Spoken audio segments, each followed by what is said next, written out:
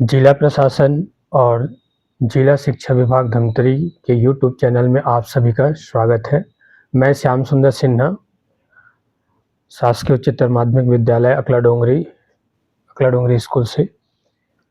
Last class में मैंने आपको बताया था कि अभिक्रिया के दर स्थिरांक है ना, दर और दर स्थिरांक बहुत सारे बताए थे अपने को कि दर अभिक्रिया की दर क्या होती है। उसके बाद बताया थी कि अभिक्रिया की दर को कैसे शो किया जाता है, फिर बताया दर स्थिरांक। ठीक है, अभिक्रिया के दर स्थिरांक तक पहुंचे थे। उसके बाद आज देखिए, आज देखते हैं अभिक्रिया की कोटि क्या होती है ना। दर स्थिरांक मैंने लास्ट क्लास में आपको बताया था दर स्थिरांक क्या होता है, तो चलिए थोड़ा सा रिवाइज कर लेते हैं। अभिक्रिया की दर इज इक्वल टू होता है के, और ये सांद्रता हो जाती है ए इंटू बी, है ना। अगर मैं ए और बी को क्या कर दूं, इकाई लूं, एक लूं, ठीक है, तो क्या हो जाएगा, दर इज इक्वल टू हो जाएगा के, और ए बी का मान कितना हो गया, 1 है, तो 1 इंटू 1 1 ही होगा।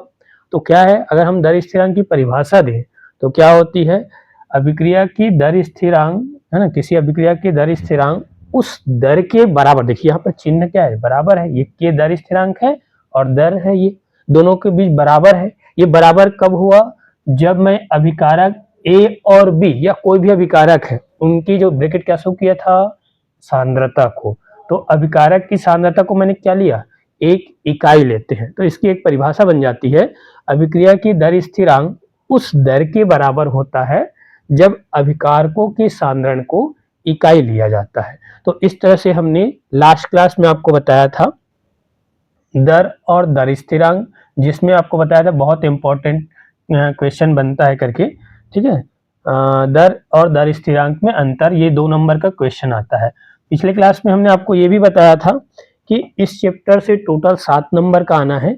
1 नंबर का ऑप्शनल क्वेश्चन आएगा, 1 नंबर का अति लघु उत्तरीय प्रश्न आएगा, 1 नंबर 2 नंबर हो गया, 2 नंबर का एक क्वेश्चन आएगा और 3 नंबर का एक क्वेश्चन। इस टाइप से टोटल है आपका 7 नंबर का क्वेश्चन है।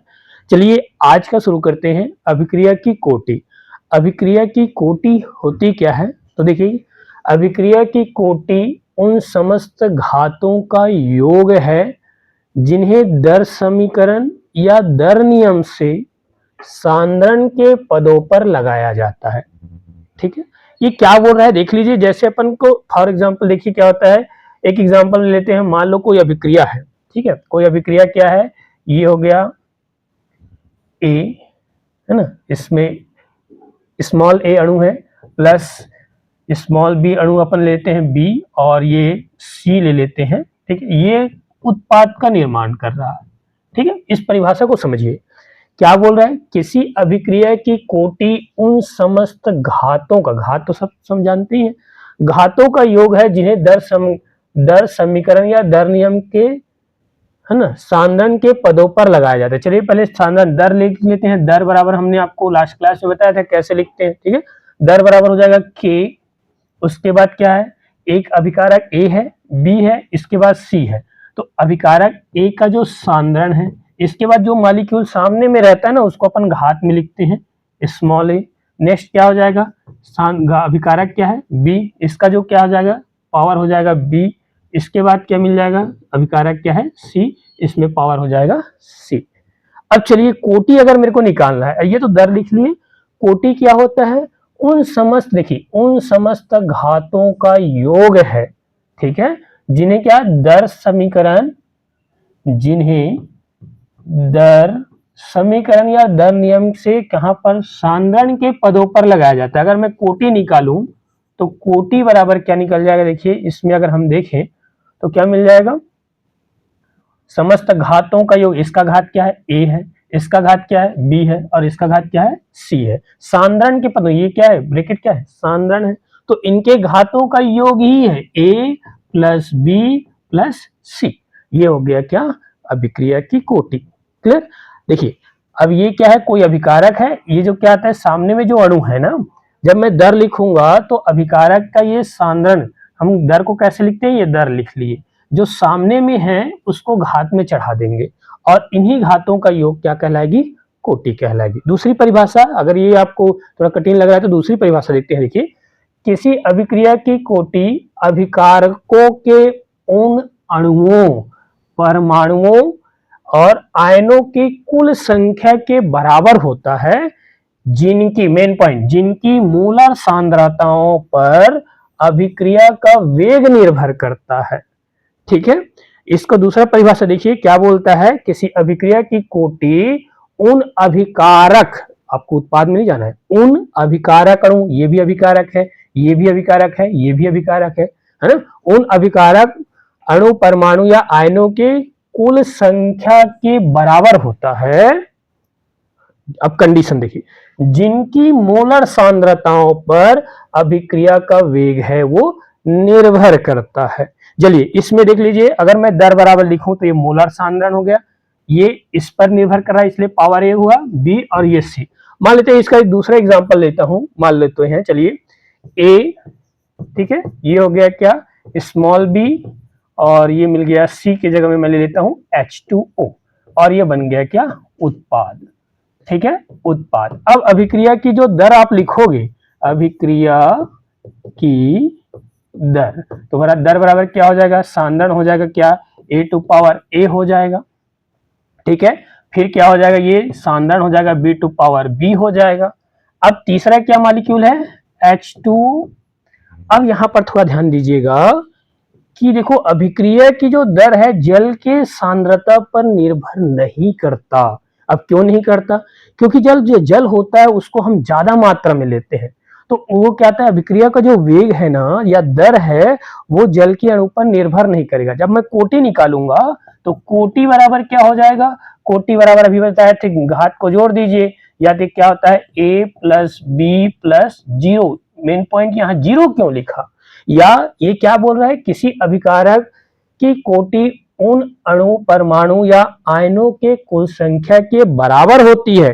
देखिए ये परमाणु, अणु या आयनों की संख्या के बराबर होगा जिनकी मोलर, मेन पॉइंट, जिनकी मोलर सांद्रताओं पर अभिक्रिया का वेग निर्भर करता है। ऐसा नहीं कि ये देखो H2O है तो इसका भी एक मैं H2O को भी जोड़ दूंगा। ठीक है, तो अभिक्रिया का जो वेग है वो निर्भर करना चाहिए, तभी कोटि कहलाती है। चलिए, तो अभिक्रिया की कोटि क्या है, तो आप जो इजी लगे वो लिख सकते हैं, उन समस्त घातों का योग है जिन्हें दर समीकरण या दर नियम से अभिकारक के सांद्रण के घातों पर लगाया जाता है। चलिए नेक्स्ट देखते हैं, ये हो गया अभिक्रिया की कोटि। चलिए अब देखिए कोटि के जो प्रकार होते हैं, ये बहुत ज्यादा इंपॉर्टेंट है इस चैप्टर से, यहाँ से क्वेश्चन आता ही है। चलिए क्या होता है बेटा, पहला है प्रथम कोटि की अभिक्रिया। ये प्रथम को, अभी तो कोटि बताया, तो क्या होता है प्रथम कोटि की अभिक्रिया। प्रथम कोटि की अभिक्रिया वे अभिक्रिया है जिसमें अभिक्रिया की दर, मेन पॉइंट देखिए, अभिक्रिया की दर कितने अभिकारक, तो एक अभिकारक के सांद्रता पर निर्भर करे। ठीक है, उसे क्या कहेंगे, प्रथम कोटि की अभिक्रिया। प्रथम मतलब इन नाम से इस पर प्रथम मतलब एक, तो कोटि, देखो प्रथम कोटि की अभिक्रिया क्या है, प्रथम कोटि की अभिक्रिया वे अभिक्रिया है जिसमें अभिक्रिया की दर, है ना, दर मैंने पढ़ा चुका हूं, अभिक्रिया की दर कितने पर, एक अभिकारक के सांद्रता पर निर्भर करता है। या इसकी दूसरी परिभाषा दी जा सकती है कि क्या, प्रथम कोटि की अभिक्रिया वे अभिक्रिया होती है जिसमें अभिक्रिया की दर अभिकारक के एक घात के समानुपाती होता है। ठीक है, एक घात के समानुपाती होता है। चलिए पहले इस परिभाषा को समझाते, देखिए प्रथम कोटि की अभिक्रिया वे अभिक्रिया होती है जिसमें अभिक्रिया की दर कितने जी, एक अभिकारक के सांद्रता पर निर्भर करता है। चलिए उदाहरण देखिए, ये एग्जाम्पल दिए हैं, उदाहरण है जैसे रेडियम, रेडियम जो है वो विघटित हो रहा है रेडॉन में। कैसे, तो देखिए जो रेडॉन में विघटित हो रहा है, अगर मैं इसका दर लिखूं, इसका भी दर लिखता हूं तो क्या मिलेगा, दर बराबर ये हो जाएगा के, और ये क्या है जी, अभिकारक है रेडियम, रेडियम क्या है, अभिकारक है, तो अगर रेडियम में क्या करेंगे, सांद्रता, देखिए कितने अणु है, या कितने अणु हो गए, एक हो गए, तो इसको कहते हैं प्रथम कोटि की अभिक्रिया जिसमें अभिक्रिया की जो दर है, ये दर है कितने अभिकारक पर, एक अभिकारक के सांद्रता पर निर्भर कर रहा है, इसे प्रथम कोटि की अभिक्रिया कहेंगे।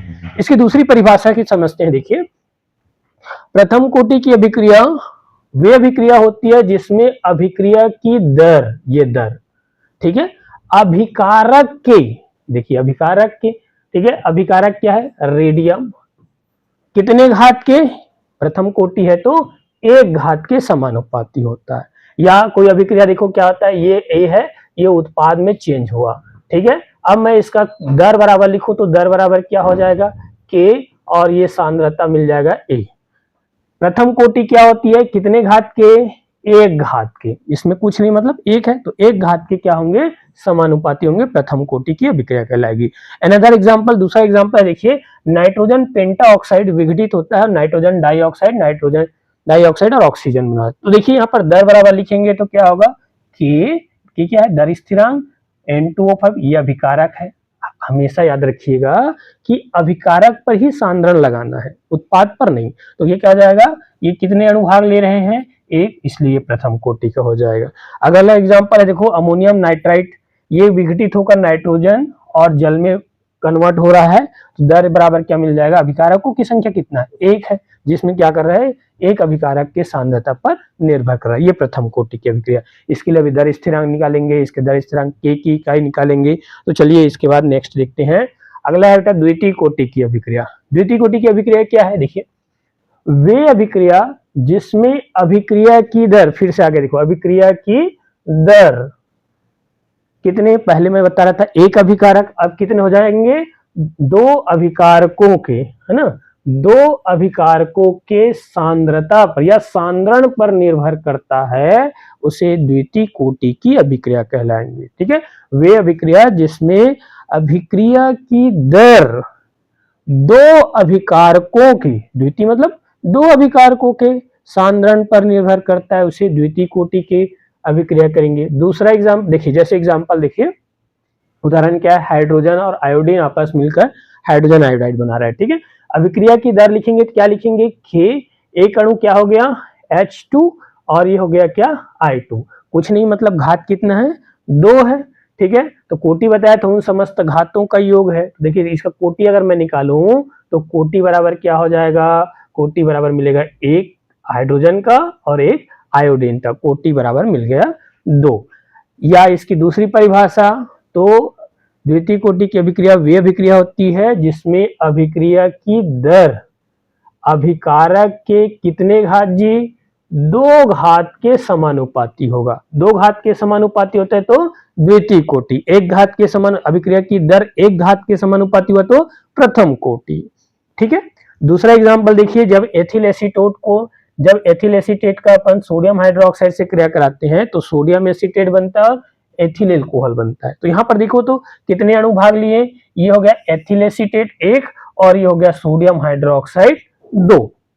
तो अगर मैं दर लिखूं तो क्या होगा, दर इज इक्वल टू, एक बार किसकी, एथिल एसिटेट की सांद्रण लिखूंगा, दूसरी बार एथिल एल्कोहल की सांद्रण, अभिकारक अणु है ना। तो कोटि बराबर कितना हुआ, घात कितना है, यहाँ एक है और यहाँ एक है, तो कोटि बराबर हो जाएगा एक प्लस एक बराबर कितना हो गया, दो। ये इस प्रकार से द्वितीय कोटि की अभिक्रिया होती है। नेक्स्ट चलते हैं, देखिए क्या है, शून्य कोटि की अभिक्रिया। नेक्स्ट है आपका जीरो ऑर्डर रिएक्शन। ये बहुत ज्यादा इंपॉर्टेंट है, तो फर्स्ट ऑर्डर आता है तो सेकंड ऑर्डर आता है, ठीक है। प्रथम कोटि और शून्य कोटि की अभिक्रिया पूछता ही है, बहुत ज्यादा इंपॉर्टेंट है जी। चलिए, शून्य कोटि की अभिक्रिया क्या होती है, शून्य कोटि तो क्या होगा, शून्य कोटि की अभिक्रिया वे अभिक्रिया होती है जिसमें से अभिक्रिया की दर, अब शून्य मतलब अभिकारकों के सांद्रण पर या सांद्रता पर निर्भर नहीं करता। जब अभिक्रिया की दर एक अभिकारक के सांद्रण पर निर्भर करे तो प्रथम कोटि, जब अभिक्रिया की दर जो है दो अभिकारकों के सांद्रता पर निर्भर करता है तो द्वितीय कोटि, और जब अभिक्रिया की जो दर है अभिकारकों के सांद्रता पर निर्भर ही नहीं करता, ठीक है, अभिकारकों के सांद्रता पर निर्भर नहीं करता, तब हम उसको कौन सी कोटि का कहेंगे, शून्य कोटि की अभिक्रिया कहेंगे। जैसे एग्जांपल देखिए, H2 प्लस Cl2, ठीक है, ये सूर्य प्रकाश की उपस्थिति में यह क्या होता है, ये म्यू है, H म्यू है, ठीक है। तो ये क्या है, सूर्य प्रकाश की उपस्थिति में क्या रहा है, हाइड्रोजन क्लोराइड बना रही है। तो यहाँ पर देखेंगे तो क्या है बेटा, देखो ये अभिक्रिया की अगर मैं कोटि दर बराबर लिखूंगा क्या, ये H2 पावर 0 2 पावर 0, ठीक है, ये कोटि इज इक्वल टू 0। ऐसा क्यों हुआ, तो देखो ये शून्य कोटि की अभिक्रिया, ये घात 0 क्यों हो गया। अब क्वेश्चन कर सकते हो सर यहाँ तो क्या है, कुछ है, एक ही मॉलिक्यूल है, मतलब यहाँ एक है, यहाँ कुछ नहीं, मतलब एक है, तो वहां घात क्यों लगा? तो घात इसलिए लगा क्योंकि देखो ये एरो के ऊपर ना क्या है, h म्यू है। तो अभिक्रिया की जो दर है, जो अभिक्रिया की जो गति है, अभिक्रिया की जो तेज है, ये अभिकारक पर निर्भर नहीं कर रहा है, ठीक है, अभिकारकों के सांद्रता पर निर्भर नहीं करता। किस पर निर्भर करता है? सूर्य की प्रकाश पर। अगर मान लो जाए मैं इसी अभिक्रिया को H2 प्लस Cl2 को अंधेरे में करा देता हूं, ठीक है, अंधेरे में कराऊंगा तो ये भी बनेगा HCl बनेगा, ठीक है, ये HCl बनेगा, यहां भी HCl बन रहा है। अंतर क्या है, जब आप अंधेरे में कराते हो तो वह क्रिया एकदम धीरे धीरे, बहुत धीमी गति से होती है, ठीक है, लेकिन अगर मैं क्या कर दूं, सनलाइट कर दो, सूर्य की प्रकाश कर देता हूं, तो यह अभिक्रिया तेजी से होती है, मतलब क्या, अभिक्रिया की दर बढ़ गई। तो देखिए, तो अभिक्रिया की दर किस पर निर्भर कर रहा है? एक बार अंधेरे में कराए तो धीरे धीरे हो रहा था, दूसरी बार प्रकाश की उपस्थिति में कराए तो तेजी से हो रहा था। तो ये जो निर्भरता है, अभिक्रिया की तेजी और कमी जो है वो किस पर डिपेंड कर रहा है? सूर्य की प्रकाश पर। सूर्य की प्रकाश पर निर्भर कर रहा है, ना कि इस अभिकारक की सांद्रता पर। इसलिए ये कौन सी कोटि का हो गया? शून्य कोटि की, ठीक है। शून्य कोटि की अभिक्रिया इसलिए हुआ क्योंकि यहाँ अभिक्रिया की जो दर है वो हाइड्रोजन और क्लोरीन के सांद्रता पर निर्भर नहीं कर रहा है।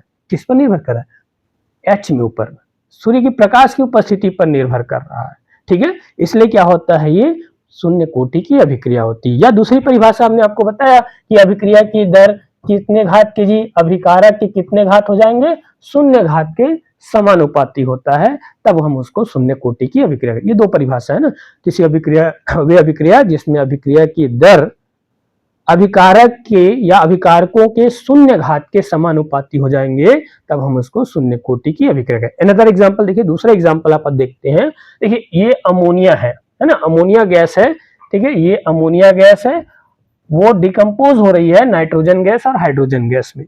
तो देखिए तो क्या हो गया, ये देखिए अब यहाँ पर ये प्लेटिनम है। प्लेटिनम, इसका मतलब क्या समझते हो आप?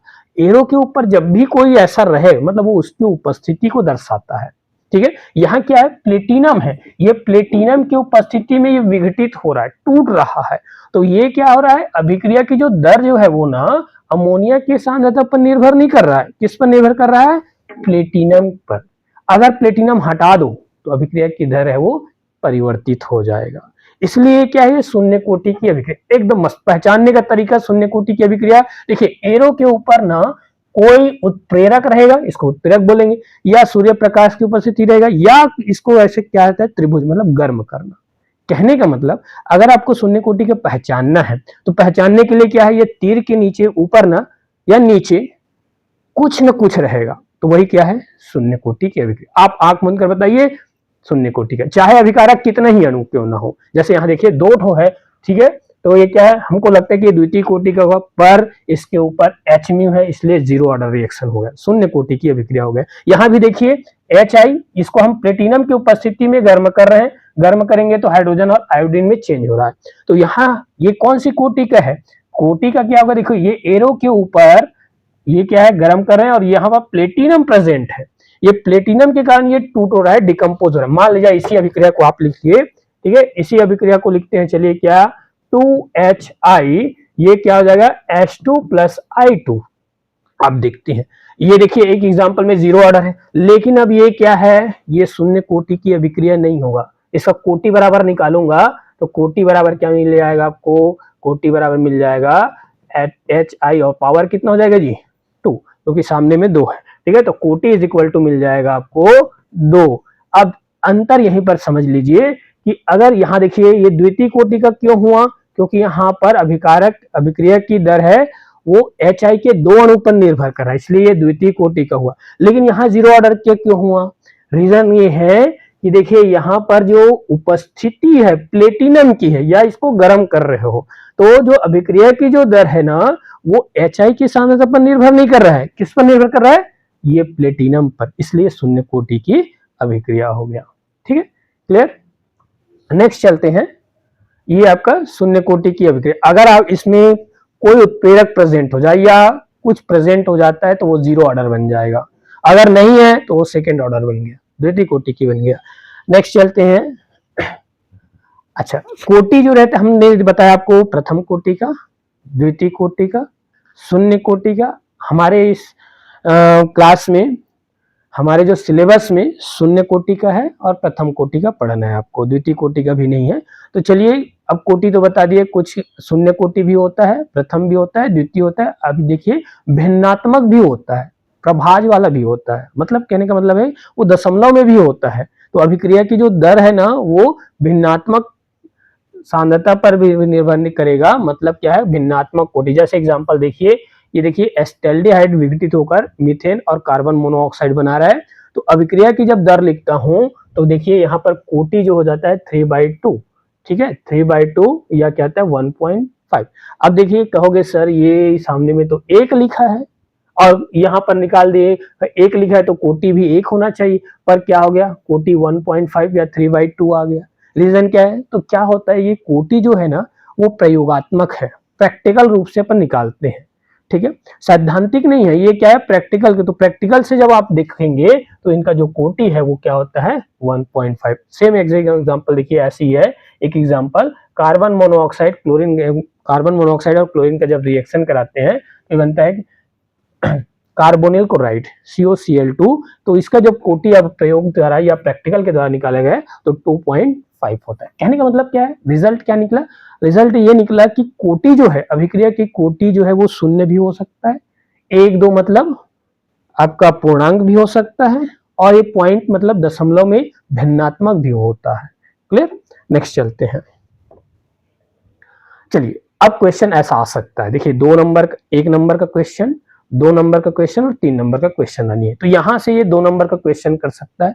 कैसा, देखो क्या है क्वेश्चन, ये इस टाइप से आ सकता है। तो अभिक्रिया की कोटि ज्ञात कीजिए, है ना। हमने आपको बताया कि कैसे निकालते हैं। तो वेग आपको दिया, देखो वेग इज इक्वल टू ये है, तो कोटि बराबर अपन जानते हैं किसी अभिक्रिया की कोटि उन समस्त घातों का योग है। अगर आपको घात दिया है बस जोड़िए, कोटि निकल जाएगा। कैसे, देखिए कोटि बराबर आप निकालोगे ना तो कोटि बराबर क्या हो जाएगा, इसका घात क्या है, देखो ये मिल जाएगा a, है ना। चलिए इसका कोटि निकालते, अभिक्रिया की कोटि यहां निकालते हैं। अभिक्रिया की कोटि, अभिक्रिया की कोटि, हमने 2 परिभाषा बताया, उस परिभाषा में देखो क्या आता है, पहले परिभाषा बताया उन समस्त घातों का योग है जिसमें अभिक्रिया की जो दर है, ये देखिए दर अगर लिखे, ये दर लिखा हुआ है, अभिक्रिया की दर, अभिकारक ये A और B अभिकारक है, ब्रैकेट क्या है, सांद्रता है, के घात का योग होता है। तो कुछ नहीं, बस आपको जोड़ना है, 1/2 प्लस क्या मिले आपको 3/2, ये कितना मिलेगा 4/2 इज इक्वल टू 2। ठीक है, तो ये मिल गया कौन सा, सेकेंड ऑर्डर रिएक्शन है या द्वितीय कोटि की अभिक्रिया होती है। अगर आपके क्वेश्चन में वेग दे दिया है, दर दे दिया है, आपको कहता है कोटि निकालिए, तो कुछ नहीं, घात को जोड़ दीजिए। नेक्स्ट ये देखिए क्या आता है, यहाँ क्या हो जाएगा, अभिक्रिया की कोटि, अभिक्रिया की कोटि अगर निकालना चाहे तो क्या है, यहाँ घात, अभिकारक A का जो है, अभिकारक A में घात कितना है 3/2 है, प्लस ठीक है, अभिकारक B का घात क्या है ना, पावर क्या है -1 है। ठीक है, तो इसका मिल जाएगा कितना, ये मिल जाता है 1/2, अर्ध कोटि की अभिक्रिया, अर्ध कोटि की अभिक्रिया। ठीक है, अर्ध अभिक्रिया की कोटि, या इसको क्या कहते हैं 0.5। ठीक है, ये कोटि निकाल सकते हैं। तो अभी मैंने आपको बताया कि देखो अभिक्रिया की कोटि है वो भिन्नात्मक या दशमलव में भी मिल सकता है, आपको पूर्णांक में भी मिलता है। ठीक है, चलिए, और शून्य भी मिलता है। ये हो गया क्या, कोटि ज्ञात कीजिए, ऐसा क्वेश्चन कर सकता है वो 2 नंबर का क्वेश्चन। नेक्स्ट चलते हैं, विभिन्न कोटि अभिक्रिया के लिए दर स्थिरांक के की इकाई, ये बहुत ही ज्यादा इंपॉर्टेंट है, 1 मार्क्स का आता ही है, और खासकर फर्स्ट ऑर्डर रिएक्शन और 0 ऑर्डर रिएक्शन। प्रथम कोटि अभिक्रिया के लिए दर स्थिरांक के की इकाई क्या होती है, और या शून्य कोटि अभिक्रिया के लिए दर स्थिरांक की इकाई क्या होती है। तो चलिए निकालते हैं, क्या होता है, विभिन्न कोटि अभिक्रिया के लिए दर स्थिरांक, दर स्थिरांक मैंने आपको बताया था, दर इज इक्वल टू के, और ये क्या हो गया A सांद्रता, B अभिकारक का सांद्रता, दर को ऐसे लिखते हैं ना। तो देखो हमको क्या निकालना है, ये K का इकाई निकालना है। K की इकाई क्या होती है, तो अलग अलग कोटि के लिए अलग अलग इकाई होती है। ये के मतलब क्या है, दर स्थिरांक। प्रथम कोटि अभिक्रिया के लिए दर स्थिरांक के की इकाई अलग होगा, शून्य कोटि के लिए अलग होगा, द्वितीय कोटि के लिए अलग होगा। चलिए देखते हैं, पहला देखते हैं कौन सी अभिक्रिया के लिए, शून्य कोटि अभिक्रिया के लिए दर स्थिरांक के की इकाई। माना कि कोई अभिक्रिया क्या है, देखो ये अभिकारक है जो क्या किसमें परिवर्तित हो रहा है, उत्पाद में। एक शून्य कोटि की अभिक्रिया है, तो अपन लिखते हैं दर बराबर जानते हैं दर, है ना। शून्य कोटि की अभिक्रिया क्या होती है, जिसमें अभिक्रिया की दर, है ना, अभिक्रिया की दर किसके कितने घात के जी, शून्य कोटि है मतलब शून्य घात के समानुपाती होता है। अभिक्रिया की दर अभिकारक, अभिकारक क्या है, ए है, कितने घात के, शून्य घात के समानुपाती होता है। तो दर इज इक्वल टू क्या हो जाएगा, के, ये होगा कितना, घात क्या हो जाएगा, शून्य। अब अपने को इकाई निकालना है, तो इकाई निकालोगे तो क्या निकालोगे, दर की इकाई और ये सांद्रण की इकाई। के को रहने दीजिए, वो निकल जाएगा। क्या होती है दर की इकाई, पिछले क्लास में मैंने आपको बताया था, दर की इकाई होती है मोल प्रति लीटर प्रति सेकंड। ठीक है, मोल पर, चलिए अपन क्या करते हैं, देखिए दर इज इक्वल टू के, है ना। अब क्या होगा, दर की इकाई क्या होती है, मोल प्रति लीटर प्रति सेकंड। अब ये क्या हो गया, के हो गया, के,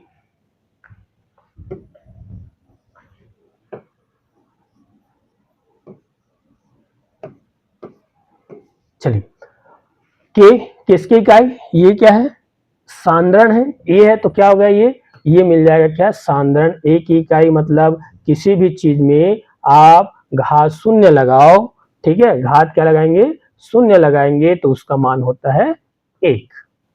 ठीक है, या सांद्रण की इकाई होती है मोल पर लीटर, अगर उसमें घात लगाए क्या, शून्य लगा है, तो उसका मान कितना होता है 1। तो देखिए के का मान क्या निकल गया, के बराबर शून्य कोटि अभिक्रिया के लिए क्या होता है, शून्य कोटि अभिक्रिया के लिए दर स्थिरांक के की इकाई होती है, वो होता है मोल पर लीटर, है ना, मोल पर लीटर पर सेकेंड। चलिए क्या है, अपने को शून्य कोटि अभिक्रिया के लिए दर स्थिरांक के की इकाई, के इज इक्वल टू क्या हुआ, मोल पर लीटर पर सेकंड। ठीक है, अब एक क्वेश्चन आता है कि जो शून्य कोटि की के लिए दर स्थिरांक के का जो इकाई है ना, वही क्या है, दर की इकाई है। जो दर की इकाई होती है, देखिए हमने आपको बताया दर की इकाई क्या है, मोल पर लीटर पर सेकेंड। ठीक है, यहाँ घात क्या हो गया, शून्य है, इसका मतलब 1 होता है, इसका वैल्यू 1 हो जाएगा, तो के का मान क्या मिला, मोल पर लीटर पर सेकेंड। अब क्वेश्चन क्या आएगा, शून्य कोटि अभिक्रिया के लिए दर स्थिरांक की इकाई क्या होती है, या क्वेश्चन क्या करेगा, जो दर की इकाई होती है, जो दर अभिक्रिया के दर की इकाई है ना, वही शून्य कोटि अभिक्रिया के लिए भी, शून्य कोटि अभिक्रिया के दर स्थिरांक के लिए भी इकाई होती है। क्लियर, चलिए इसमें शून्य कोटि है मतलब अपन जीरो भी लगा सकते हैं, आप पहचानने के लिए। आप के है क्या है, के दर स्थिरांक है, ये जीरो का मतलब होता है ये जीरो ऑर्डर का है। क्लियर, किसी को डाउट, नेक्स्ट है प्रथम कोटि अभिक्रिया के लिए दर स्थिरांक के की इकाई निकालना है। ठीक है, या तो जीरो पूछता है, जीरो ऑर्डर का, या तो फर्स्ट ऑर्डर का। तो चलिए प्रथम कोटि अभिक्रिया के लिए दर स्थिरांक के की इकाई निकालना है। फिर से वही क्या होता है, माना कि, देखिए माना कि क्या होता है, ए परिवर्तित हो रहा है क्या, उत्पाद में। ठीक है, एक कौन सी कोटि का, कौन सी कोटि का है, प्रथम कोटि की अभिक्रिया है। तो दर बराबर लिखोगे तो क्या होगा, दर इज इक्वल, दर समानुपाती क्या होता है, प्रथम कोटि मतलब कितने घात, एक घात के समानुपाती होता है। एक घात के समानुपाती, दर का इकाई क्या होती है जी, दर की इकाई होती है मोल प्रति लीटर प्रति सेकंड। ठीक है, मोल प्रति लीटर प्रति सेकंड, ये दर की इकाई है ना। तो एक स्टेप और लिखना था, दर इज इक्वल टू क्या होगा, के घात, ये है, घात कितना है, 1 है। तो देखिए क्या मिल जाएगा, ये दर की इकाई हो गया, बराबर क्या हो गया, के, इसी का मान निकालना है प्रथम कोटि के लिए। अब देखिए क्या आता है, ये अभिकारक ए का सांद्रण, सांद्रण का इकाई क्या है, सांद्रण की इकाई अपन जानते हैं मोल प्रति लीटर। ठीक है, मोल प्रति लीटर, ये सांद्रता या सांद्रण की इकाई है। हमको निकालना क्या है, के, तो के को यहीं रखिए, किसको पक्षांतर करेंगे, मोल पर लीटर को अपन पक्षांतर करेंगे। पक्षांतर का नियम जानते हैं, अगर इधर गुना में है तो इधर आके भाग में चेंज होगा, भाग है तो गुना में चेंज होता है, ठीक है। तो अपन क्या करेंगे, इसको चेंज करेंगे तो क्या मिलेगा बेटा, देखो मोल पर लीटर पर सेकंड, ये दर की इकाई है ना, सेकंड। अब हम इधर पक्षांतर किए, किसको पक्षांतर किए हैं, के निकालना है तो के रहन दीजिए, मोल पर लीटर को इधर पक्षांतर करेंगे तो क्या होगा, मोल पर लीटर। अब जो कट रहा है उसको काटेंगे ना, तो ये मोल पर लीटर कैंसिल हुआ, बचा कौन, सेकंड, पर सेकंड या सेकंड इनवर्स। तो के बराबर क्या मिल जाएगा, सेकंड इनवर्स, ठीक है। या पर सेकंड, ये कौन सी ऑर्डर के लिए है, फर्स्ट ऑर्डर, प्रथम कोटि अभिक्रिया के लिए दर स्थिरांक के की इकाई निकल गया, ठीक है। अब चलते हैं, मान लो जाए द्वितीय कोटि अभिक्रिया के लिए ज्यादातर प्रथम और शून्य ही पूछा जाता है, द्वितीय का नहीं पूछा जाता। फिर भी देखिए क्या होता है, द्वितीय कोटि अभिक्रिया के लिए दर स्थिरांक के की इकाई अगर पूछ दिया तब देखिए क्या करेंगे, फिर से वही क्या कि दर है ना, द्वितीय कोटि किसको कहेंगे, जिसमें अभिक्रिया की दर अभिकारक के कितने घात जी, 2 घात के समानुपाती होता है, उसे क्या कहेंगे, द्वितीय कोटि का। तो द्वितीय कोटि बराबर क्या मिल जाएगा, के, ठीक है, ए की घात क्या होगा 2। अब दर की इकाई और सांद्रण की इकाई निकालेंगे। दर की इकाई क्या है, दर की इकाई होती है मोल प्रति लीटर प्रति सेकंड, ये दर की इकाई हो गया। के हमको निकालना है, ए क्या है, ए सांद्रण है, सांद्रण की इकाई क्या होती है, मोल प्रति लीटर, मोल प्रति लीटर होता है। अब देखिए घात कितना है, 2 है, तो पावर कर दूंगा 2, ठीक है। फिर वही क्या, हमको के निकालना है तो के को रहने दो, मोल पर लीटर को पक्षांतर करिए तो क्या हो जाएगा, मोल पर लीटर पर सेकंड, ठीक है, मोल पर लीटर पर सेकंड, इसका कट क्या हो जाएगा, मोल प्रति लीटर। अब द्वितीय कोटि का तो घात कितना होगा, 2 होगा।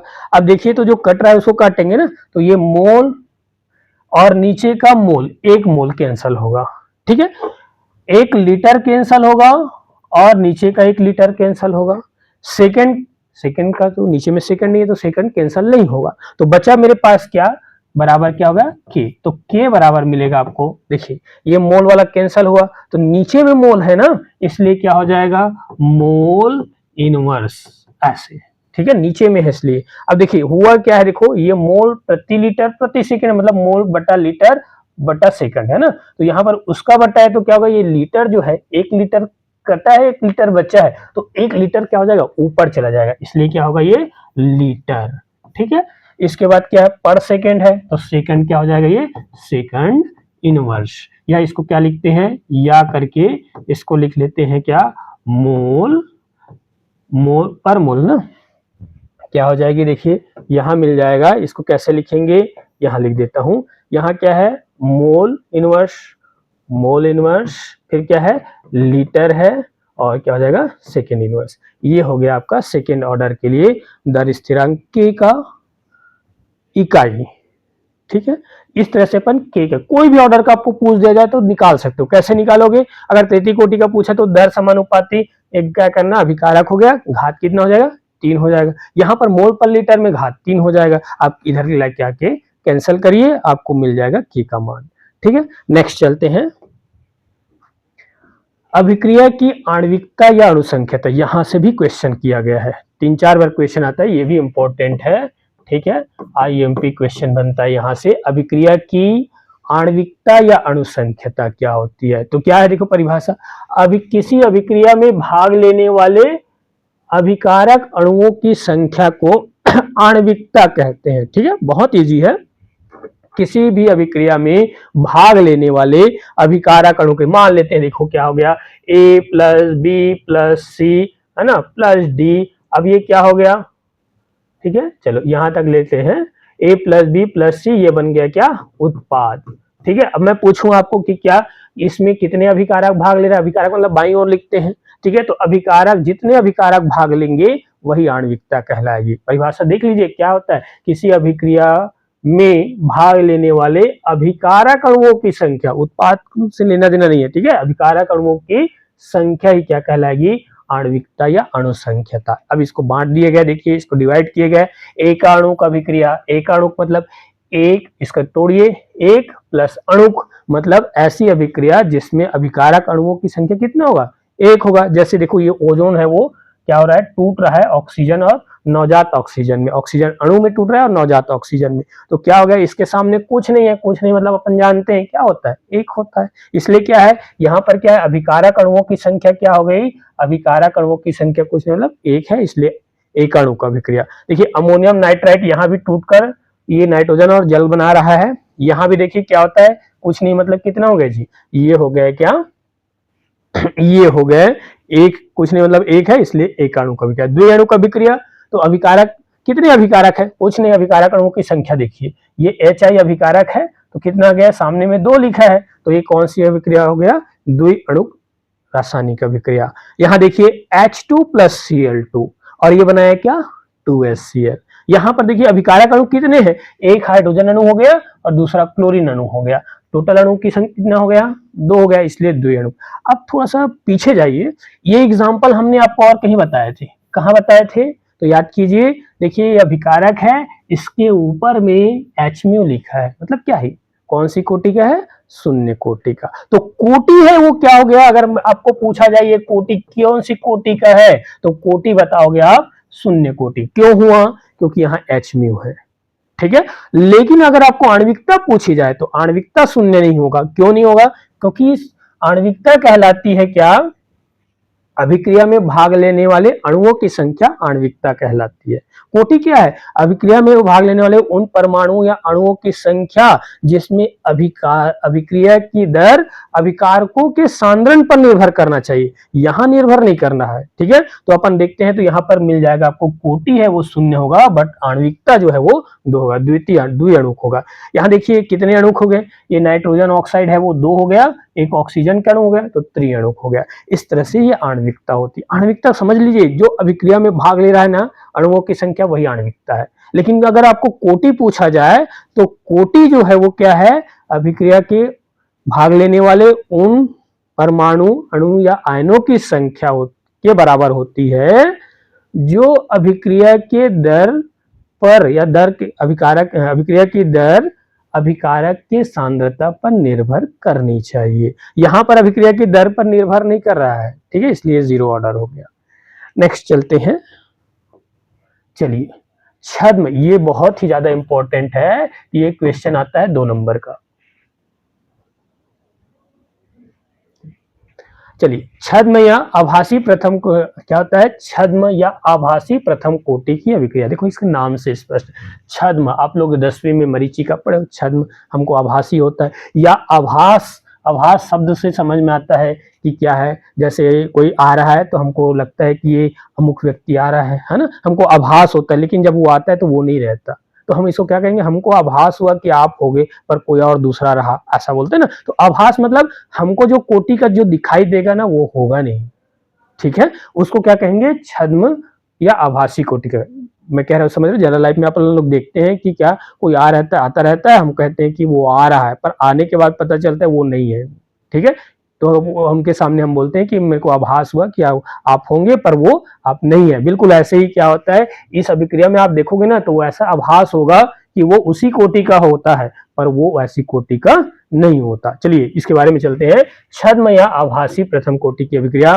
तो वे अभिक्रिया, अभी बताया था, वे अभिक्रियाएं जो द्वितीय कोटि का क्या होता है जी, प्रतीत होता है। देखिए प्रतीत मतलब आभास होता है, द्वितीय कोटि का प्रतीत होता है, किंतु होता क्या है, प्रथम कोटि का, ठीक है।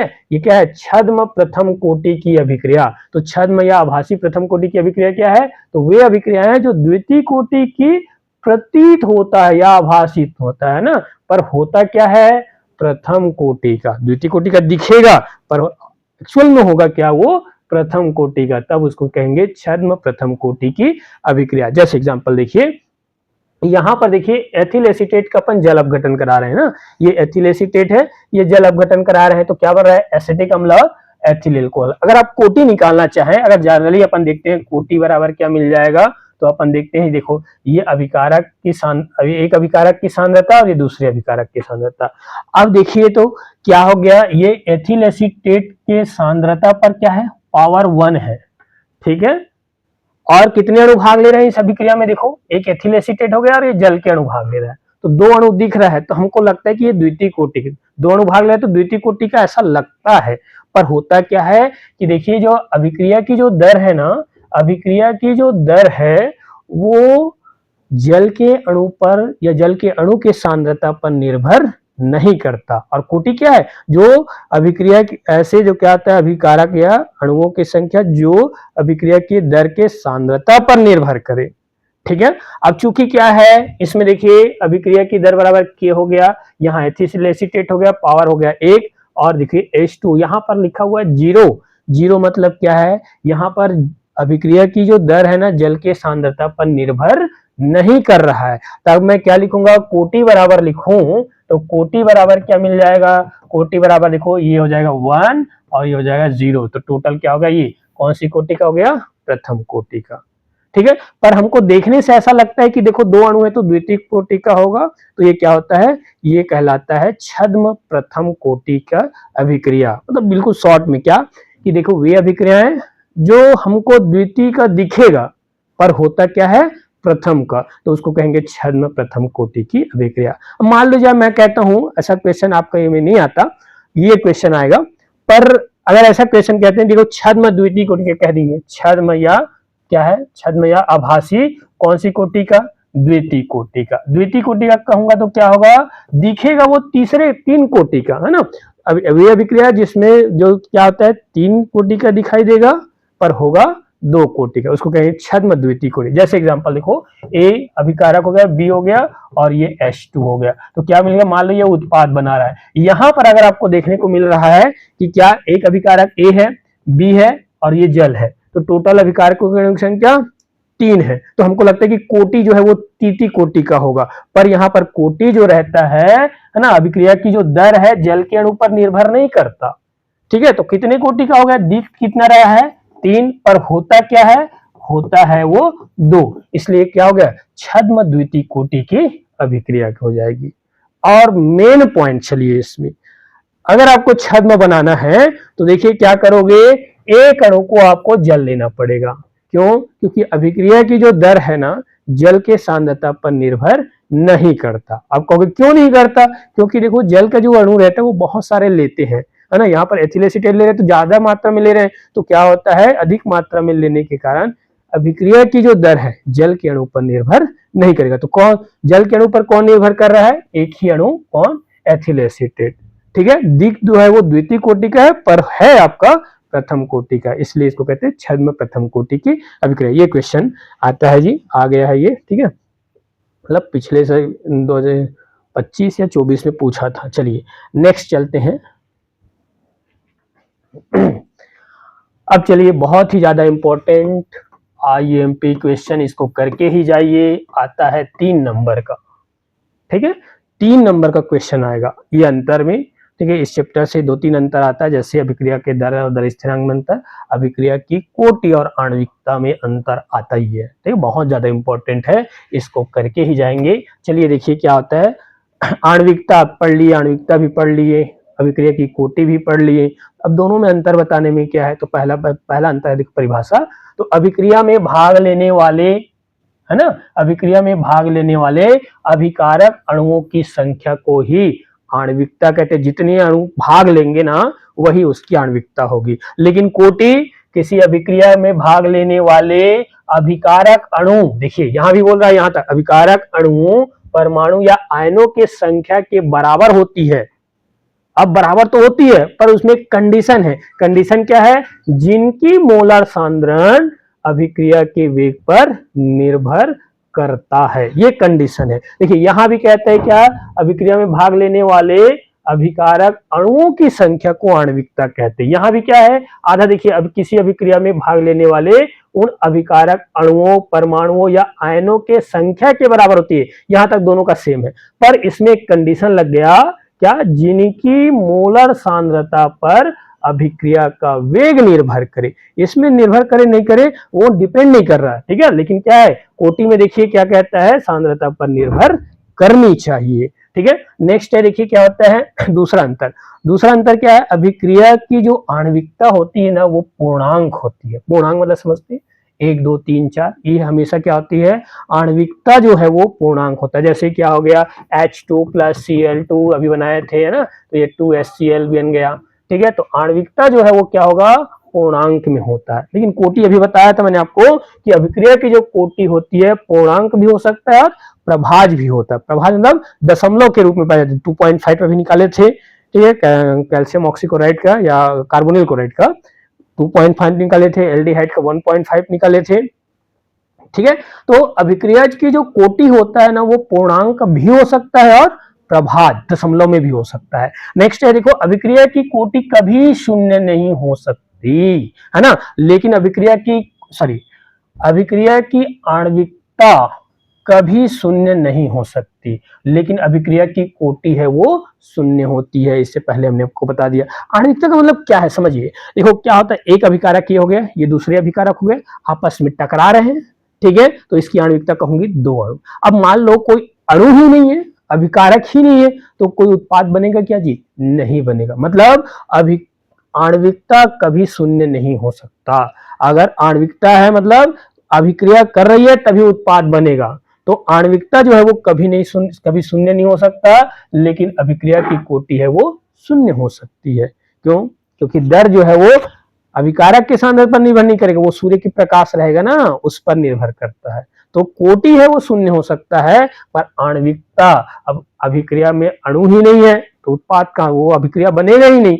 कहने का मतलब है आणविकता कभी शून्य नहीं हो सकती। अगला क्या है, यह केवल सैद्धांतिक मान, 3 नंबर का क्वेश्चन आएगा। 3 तो आपको बताना है पर हम आपको 4 बता रहे हैं। यह केवल क्या है, सैद्धांतिक, सिद्धांत के द्वारा बताया गया है ना। जबकि क्या होता है, कोटि को अपन प्रयोगों द्वारा ज्ञात किया जा सकता है। प्रयोगों द्वारा प्रैक्टिकल के, हम लैब में हम क्या कर सकते हैं, कोटि निकाल सकते हैं, पर ये जो है आणविकता जो है वो केवल सैद्धांतिक है, ठीक है, केवल सिद्धांतों पर आधारित है। इस तरह से क्या है, अभिक्रिया की कोटि और आणविकता में अंतर, ये बहुत ही ज्यादा इंपॉर्टेंट है 3 नंबर का। इस चैप्टर से 3 नंबर का एक क्वेश्चन यहां से बनता है। नेक्स्ट चलते हैं। चलिए, ये बहुत ही ज्यादा है, देखिए ये भी बहुत इंपॉर्टेंट क्वेश्चन है भाई, ठीक है। ये नहीं आएगा तो 0 ऑर्डर का आता है, शून्य कोटि का या तो प्रथम कोटि अभिक्रिया के लिए क्या करना है, दर स्थिरांक के का व्यंजक निकालना है। हम लोग को अब व्यंजक निकालना है, ठीक है। या देखिए ये क्वेश्चन कैसे है, अभी अपने प्रथम कोटि, शून्य कोटि, द्वितीय कोटि अभिक्रिया के लिए दर स्थिरांक के का इकाई निकाले थे, ठीक है। इकाई निकाले थे, अब इसका व्यंजक निकालेंगे। ये व्यंजक निकालते हैं, यहां से 3 नंबर का क्वेश्चन आएगा। अगर ये नहीं आता तो इससे रिलेटेड एक न्यूमेरिकल आएगा, अंकित प्रश्न आएगा, ठीक है। 3 नंबर का अंकित प्रश्न जो है वो यहां से बनता है प्रथम कोटि अभिक्रिया के लिए दर स्थिरांक के व्यंजक। अंकित प्रश्न आपके पूरे केमिस्ट्री में 3 चैप्टर से ही आएगा। पहला चैप्टर है विलयन से, दूसरा है वैद्युत रेडॉक्स वैद्युत रसायन से, और तीसरा है रासायनिक बलगतकी से। ये 3 चैप्टर से ही आपका न्यूमेरिकल आएगा। एक क्वेश्चन आता है 3 नंबर का। तो देखो यहाँ से क्या 2-3 क्वेश्चन पड़ेगा। देखो, प्रथम कोटि अभिक्रिया के लिए दर स्थिरांक के का व्यंजक ज्ञात कीजिए, अथवा इसी को घुमा देता है। देखो आपको अगर घुमाना रहेगा ना, आपको थोड़ा सा और ज्यादा हार्ड क्वेश्चन करेगा तो ये इस टाइप से पूछेगा कि सिद्ध कीजिए कि प्रथम कोटि अभिक्रिया के लिए दर स्थिरांक का मान अभिकारक के सांद्रता पर निर्भर नहीं करता, ठीक है। दर स्थिरांक के का मान जो है वो, दर स्थिरांक के का मान अभिकारक के सांद्रता पर निर्भर नहीं करता है। ये दोनों में से क्वेश्चन पूछता है और दोनों का आंसर सेम है। चलिए तो पहले लिखते हैं, देखिए प्रथम कोटि अभिक्रिया के लिए दर स्थिरांक का व्यंजक कैसे निकालेंगे। तो इसमें देखिए क्या करते हैं, आंसर लिखेंगे तो कैसे लिखेंगे, माना कि, है ना, माना कि ए बी, है ना, ये अभिकारक है, ये उत्पाद है। एक क्या है, एक प्रथम कोटि की अभिक्रिया है, प्रथम कोटि की अभिक्रिया है, ठीक है। इसको आप स्टेप बाय स्टेप देखेंगे, थोड़ा सा लंबा है, बहुत इंपॉर्टेंट है। पर चलिए, माना कि क्या, ए बी क्या है, प्रथम कोटि की अभिक्रिया है। अब देखिए जैसे एग्जांपल और इधर चल रहे थे जनरल लाइफ में, मान लीजिए ये दूध से, है ना, दूध से क्या बनाना है अपने को, दही बनाना है, अभी खट्टा नहीं डाले हैं, ठीक है। तो देखो क्या आता है, माना कि क्या है, प्रथम कोटि अभिक्रिया है। चलिए t बराबर 0 समय पर, ठीक है, t बराबर 0 समय पर ये जो अभिकारक A का जो सांद्रण है स्मॉल a होता है। अब देखिए जब मैंने ए किया है, ये दूध है, इसको ऐसे कंपेयर करिए कि क्या ए है उसको क्या हो गया, दूध है। अब मेरे को दही में परिवर्तित करना है, टी बराबर 0 समय, मतलब अभिक्रिया चालू ही नहीं हुआ था उस समय, मैंने खट्टा डाला ही नहीं था। खट्टा नहीं डाला था तो दूध कितना था, 100%। ठीक है, ये दूध 100%, उस 100% को लेता हूं ए। तो माना टी बराबर 0 समय पर अभिकारक ए की सांद्रण कितना है, स्मॉल ए है। तो बताइए, देखिए जब टी बराबर अभिक्रिया शुरू ही नहीं हुआ था तो दही बनेगा क्या, खट्टा डाले ही नहीं तो दही बनेगा क्या, नहीं बनेगा, मतलब 0 हो गया। तो बी की सांद्रता क्या होगी इस समय, उत्पाद की सांद्रता 0 होगी, मतलब अभिक्रिया चालू ही नहीं हुआ तो उत्पाद कहां से बनेगा। तो देखो क्या लिखेंगे, माना कि ए भी एक प्रथम कोटि अभिक्रिया है, प्रारंभिक समय टी बराबर 0 पर ए का सांद्रण, कैपिटल ए का सांद्रण स्मॉल ए और बी का सांद्रण कितना होगा, 0 होगा। पर टी बराबर टी समय पर देखिए, चलिए यहां लिख लेते हैं टी बराबर, मान लीजिए टी समय था ना, तो मतलब 25 मिनट ले लेते हैं। इसमें मैंने क्या डाल दिया, खट्टा डाल दिया। खट्टा डालने पर क्या हो गया, पूरा दूध है वो किस में चेंज होगा जी, दही में चेंज। तो चलिए देखिए क्या होता है, 100 में से मान लो 20% जो है दूध है वो किस में चेंज हुआ है, दही। तो बचा कितना दूध, तो क्या लिखूंगा, 80 ऋण 100 ऋण 80 लिख दूंगा। ठीक है, या 100 ऋण क्या, सॉरी चलिए मैं क्या बोल रहा हूं, देखिए मान लो t बराबर 0 समय पर दूध की मात्रा कितना है जी, अभिक्रिया चालू नहीं होता तो 100% है, दही बना नहीं था, खट्टा डाल दिया, t बराबर 25 मिनट हो गया। 25 मिनट में क्या हो गया, ठीक है, तो ये क्या होता है, दूध की मात्रा हमने देखिए क्या किया, इसमें खट्टा डाले तो इसमें से मान लीजिए 20% जो है वो क्या हो गया, दही में चेंज हुआ, तो दूध की मात्रा बची कितना, तो क्या लिखूंगा, 100 ऋण 20। सेम ऐसे ही देखिए t बराबर, जब मैं क्या लेता हूं, t बराबर 0 है गया, t बराबर t समय पर मान लेते हैं ये जो a है वो कितने परिवर्तित होता है, x में। तो a की मात्रा कितने रह जाएगी, तो a की मात्रा रह जाएगी a माइनस एक्स हो जाएगी। ठीक है, मैं क्या कह रहा हूँ समझ रहे हो, ये दूध है वो, जैसे ये अभिकारक प्रारंभिक समय में a की सांद्रण स्मॉल a है, उस समय उत्पाद बना ही नहीं था, 0 था। t समय पश्चात इसमें से ये x जो भाग है वो चेंज हो गया, तो उसका उस t समय पर a का सांद्रण कितना रह गया, a माइनस एक्स रह गया। ठीक है, इसके बाद देखते हैं अगला क्या है, ये एग्जांपल में मैंने आपको बताया था। चलिए इसके लिए क्या करेंगे, हम दर स्थिरांक के लिए करेंगे तो क्या होगा, प्रथम कोटि है ना, प्रथम कोटि अभिक्रिया की परिभाषा से। ठीक है, प्रथम कोटि की परिभाषा क्या बोलता है, प्रथम कोटि की अभिक्रिया वे अभिक्रिया होती है जिसमें अभिक्रिया की दर है ना, क्या अभिक्रिया है ना, अभिक्रिया की दर किससे शो करते हैं इसको, dx बटे d से। क्या होता है, अभिक्रिया की दर प्रथम कोटि तो एक अभिकारक के सांद्रण कितने घात की जी, 1 घात के, अभिकारक के कितने घात, 1 घात के समानुपातिक में पावर 1 लगा दिया। ठीक है, तो क्या हो जाएगा यहाँ पर dx बटा dt। देखिए ये समानुपाती चिन्ह है, इसको हटाते हैं तो एक स्थिरांक लिखते हैं क्या, k। ये क्या होता है, k यही दर स्थिरांक है, जहां क्या हो जाएगा a माइनस एक्स। एक है मतलब क्या है, कुछ नहीं लिखते, क्या प्रथम कोटि के लिए हमको ये k का मान ही निकालना है, इसको मैं समीकरण नंबर 1 दे देता हूँ। ठीक है, k का मान निकालना है। ठीक है, जहां ऐसा लिख सकते हैं, जहां k क्या है, k बराबर प्रथम कोटि अभिक्रिया के लिए, प्रथम कोटि अभिक्रिया है ना, प्रथम कोटि अभिक्रिया के लिए दर स्थिरांक है, इसी का मान निकालना है, इसी के लिए व्यंजक निकालना है। तो कैसे निकालेंगे, तो चलिए क्या करते हैं ये हो गया। अब क्या करेंगे, देखिए x है, x सजाती जो है ना, सजाती बंधु को एक ले आओ, यहाँ x है यहाँ भी x है, तो x को इधर ले आइए।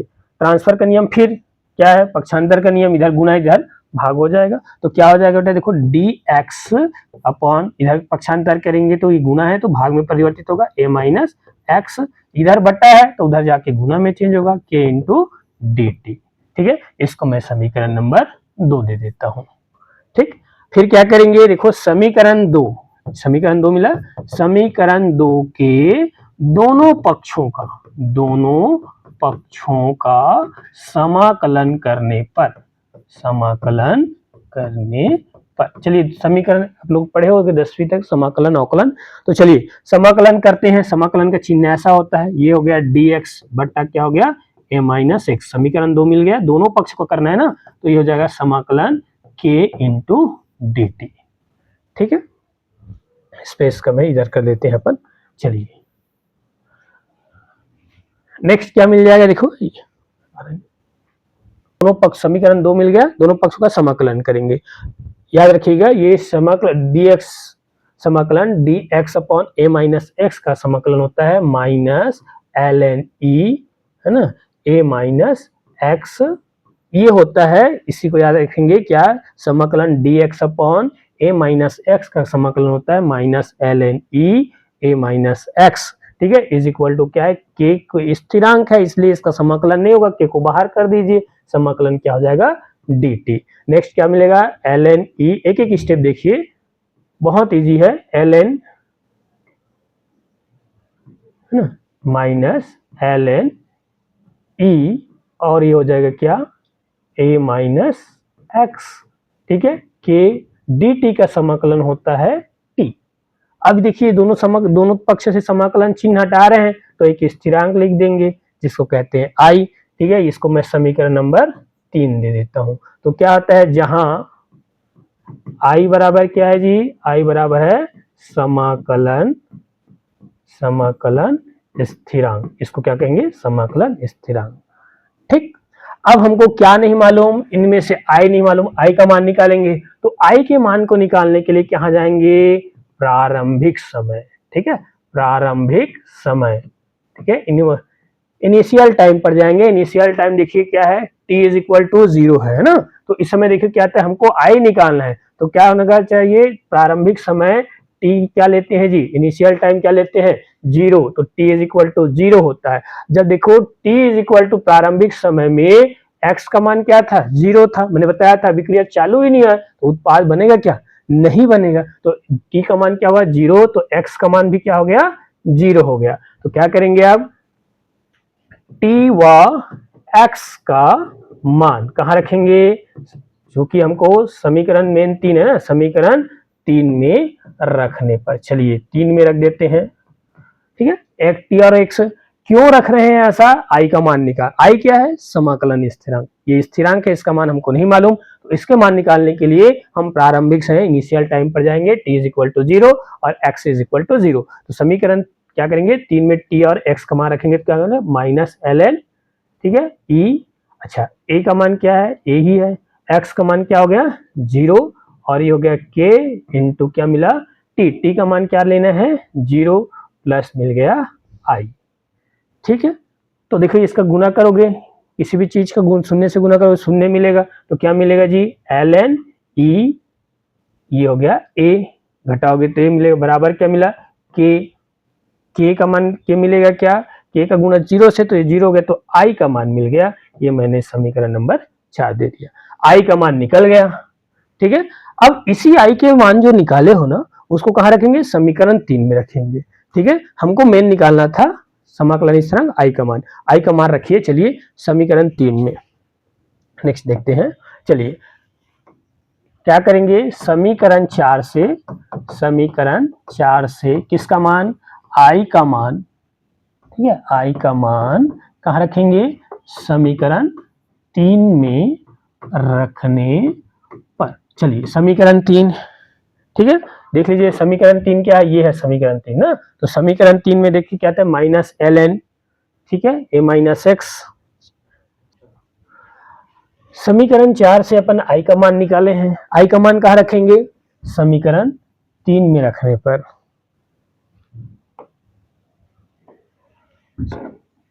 समीकरण 3 में रखने पर, चलिए समीकरण 3 क्या मिला था, एक बार और लिख सकते हो आप, minus ln e a minus x. ठीक है, उसके बाद क्या था माइनस ln e x और k, ये समीकरण 3 है, माइनस ln e x, ठीक है, k into T plus i है, i का मान क्या निकाले फिर, i का मान निकला है माइनस ln e, ठीक है, और ये a, ये हम ln e क्या, ये नेचुरल नेचुरल लॉग है, ठीक है, ये लॉग ही है, जैसे आप लोग 10वीं में पढ़ते हैं ना लॉग, है ना, log m plus m, log m upon n बराबर होता है लॉग m माइनस n। तो आपने जो लॉग पढ़े हैं वही जो है ये क्या है, ये इसको बोलते हैं नेचुरल लॉग, प्राकृतिक लॉग है। तो माइनस ln e, ये किसका मान हो गया, i का मान। कहाँ से रखें, समीकरण 4 से। किस में रखें, समीकरण 3 में। तो चलिए देखते हैं क्या करेंगे। अब फिर से मैंने बताया था जो सजातीय रहता है उसको एक तरफ ले आओ, तो इधर भी लॉग है, इधर भी लॉग है, तो इधर लाएंगे, फिर पक्षांतर का नियम, ये माइनस है तो क्या हो जाएगा, प्लस हो जाएगा। तो प्लस हो जाएगा तो क्या मिलेगा, देखिए ln e, माइनस का क्या हो गया, प्लस हो गया, ln e a। अब यहाँ लाए तो ये हो गया, ये पहले से ना ये इस साइड का है, minus ln e a minus क्या हो गया x बराबर क्या होगा k इंटू टी। ठीक है, सॉरी प्लस, तो आप प्लस क्यों नहीं लिखे, क्योंकि ये वाला तो इधर चला गया। ठीक है, एक फार्मूला आपने 10th में पढ़ा होगा, 10वीं पढ़े होंगे, चूंकि अपन जानते हैं क्या होता है। ठीक है, एक फार्मूला 10वीं में लॉग का पढ़े हैं, क्या पढ़े हैं जी, देखो, चूंकि अपन जानते हैं, चूंकि log m minus log n is equal to होता है लॉग m अपॉन n। तो देखिए बिल्कुल सेम है, यहाँ पर लॉग है, log m minus log n, तो ये भी क्या है, ये भी तो लॉग ही है। तो ये इसको मान लीजिए, इस पॉइंट को a को मान लीजिए m और इसको मान लीजिए n, तो ये कैसे बन जाएगा, इस फॉर्म में आ जाएगा। तो इस फॉर्म में लिखेंगे तो क्या होगा ln e, ठीक है, m हम इसको m माने, इसको n माने, तो क्या हो गया ln e, है ना, क्या मिलेगा a अपॉन क्या हो जाएगा a माइनस x। ये देखिए ये कहां से आया, तो देखिए ये वाला जो फार्मूला है ना ln e a minus ln e a minus x, इसको आप a को मान लो m और इसको मान लो n। चूंकि अपन 10वीं में पढ़े लॉग का फार्मूला होता है log m minus log n बराबर होता है log m बटा log n। तो ये हो गया इंटू क्या हो गया k इंटू टी। ठीक है, ये हो गया। कौन सा समीकरण देखते हैं इसको, चलिए समीकरण नंबर 5 दे दीजिए। आप क्या करते हैं, समीकरण जो 5 है इसको ln e को ना, ठीक है, समीकरण 5 में, समीकरण 5 में ln e को log 10 में बदलने पर, log 10 में बदलने पर, याद रखिएगा, बदलने पर क्या याद रखना है, आप याद रखेंगे कि जब भी आप ln e को log 10 में बदलते हैं तो एक संख्या से गुना करते हैं 2.303 से, इससे अपन गुना करते हैं। तो क्या मिल जाएगा, इससे गुना करेंगे तो 2.303। ठीक है, ये क्या होगा, ln को मैं किस में चेंज कर रहा हूँ, ln को log 10 में, ये बेस आधार होता है, हो गया, ये हो जाएगा a upon a minus X is equal to हो गया k इंटू टी। हमको निकालना क्या है, हमको निकालना है k दर स्थिरांक। तो क्या करेंगे, k को रहन दीजिए, t को पक्षांतर करिए, तो t को पक्षांतर करोगे यहाँ गुना, इधर आके भाग में चेंज हो जाएगा 2.303।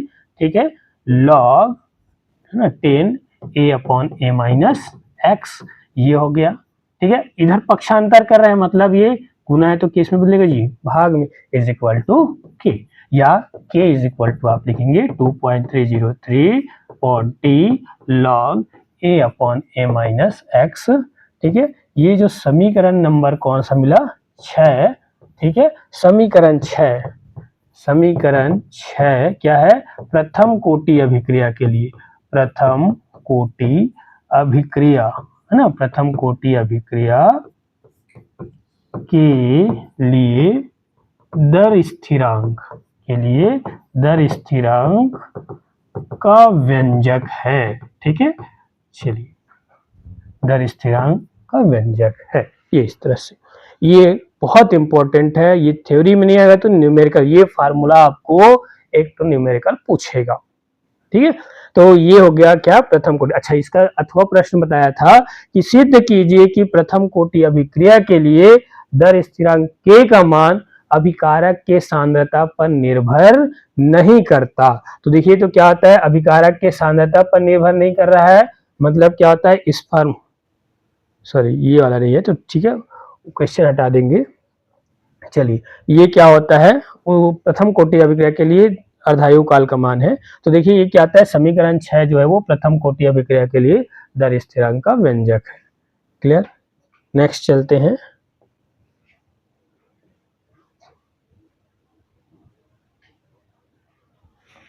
ठीक,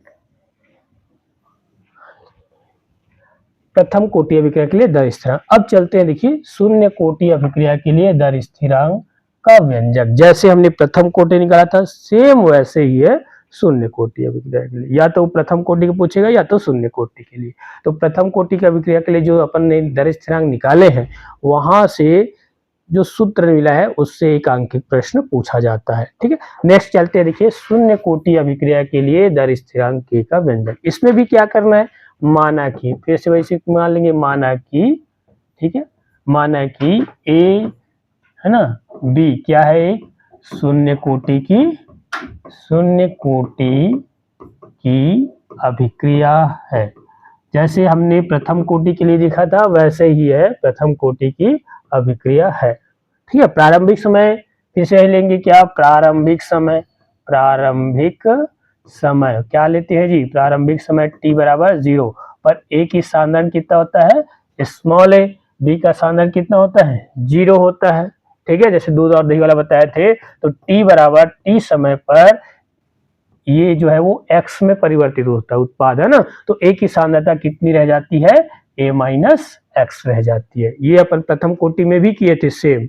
ठीक है, चलिए देखिए क्या होता है, प्रारंभिक समय हमने क्या लिया था, प्रारंभिक समय जब अभिक्रिया चालू नहीं हुआ था तो t बराबर 0, तो उस समय जब देखते थे तो अभिकारक A की जो सांद्रता 100% मतलब A था, उस समय उत्पाद बना नहीं था इसलिए 0 था। ठीक है, t समय पश्चात, अब ये t हो सकता है 10 मिनट 15 मिनट जो भी है ना, उस समय जब क्या होता है अभिकारक t समय पश्चात इसका कुछ मात्रा b में परिवर्तित हो जाता है, तो उस समय a की मात्रा कितनी रह जाती है, a माइनस एक्स रह जाती है।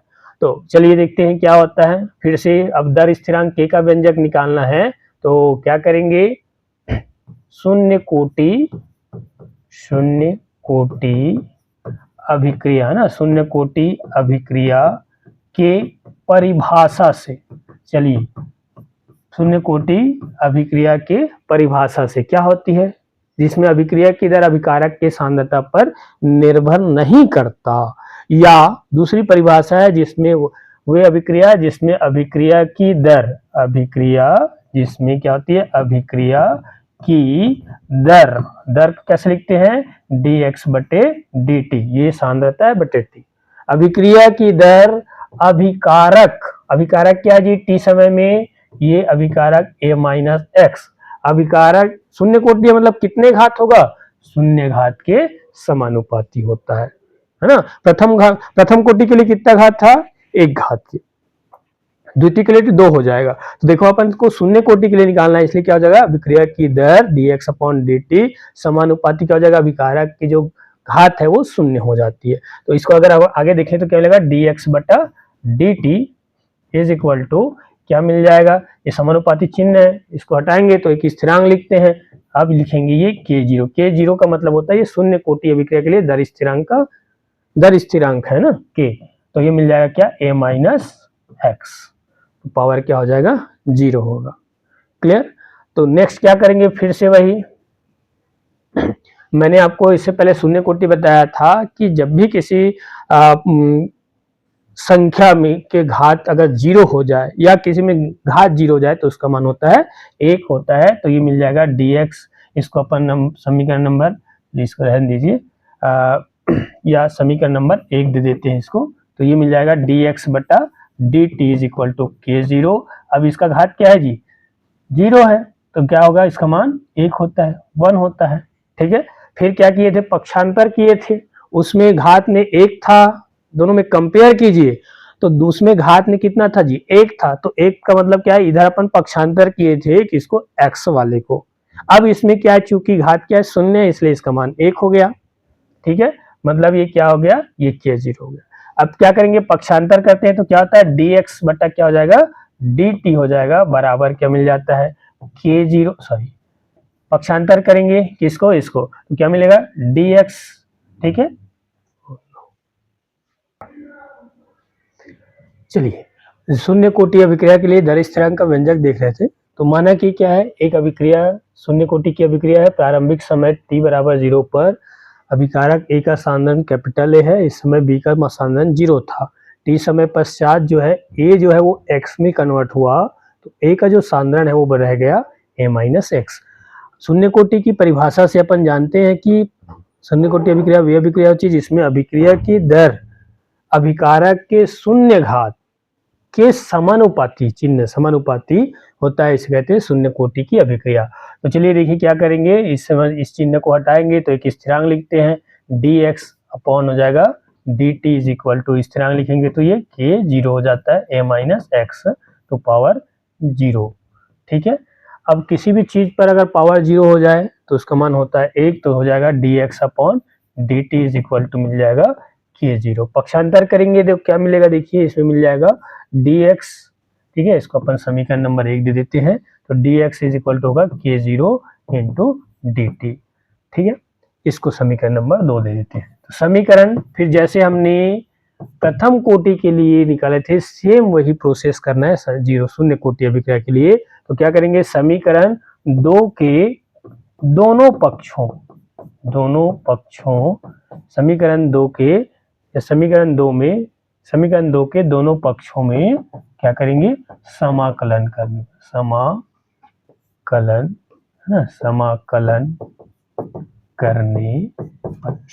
करने पर कैसे समाकलन कर दीजिए समीकरण 2 का, तो समाकलन हो जाएगा dx इज इक्वल टू होगा समाकलन k 0 इंटू dt हो जाएगा। ठीक है, तो अपन जानते हैं dx का जो समाकलन होता है वो होता है x। अब k का समाकलन तो होता नहीं है, इसलिए क्या हो जाएगा, k को बाहर कर देते हैं तो k 0 स्थिरांक है इसलिए समाकलन नहीं होगा, ये हो जाएगा dt। ठीक है,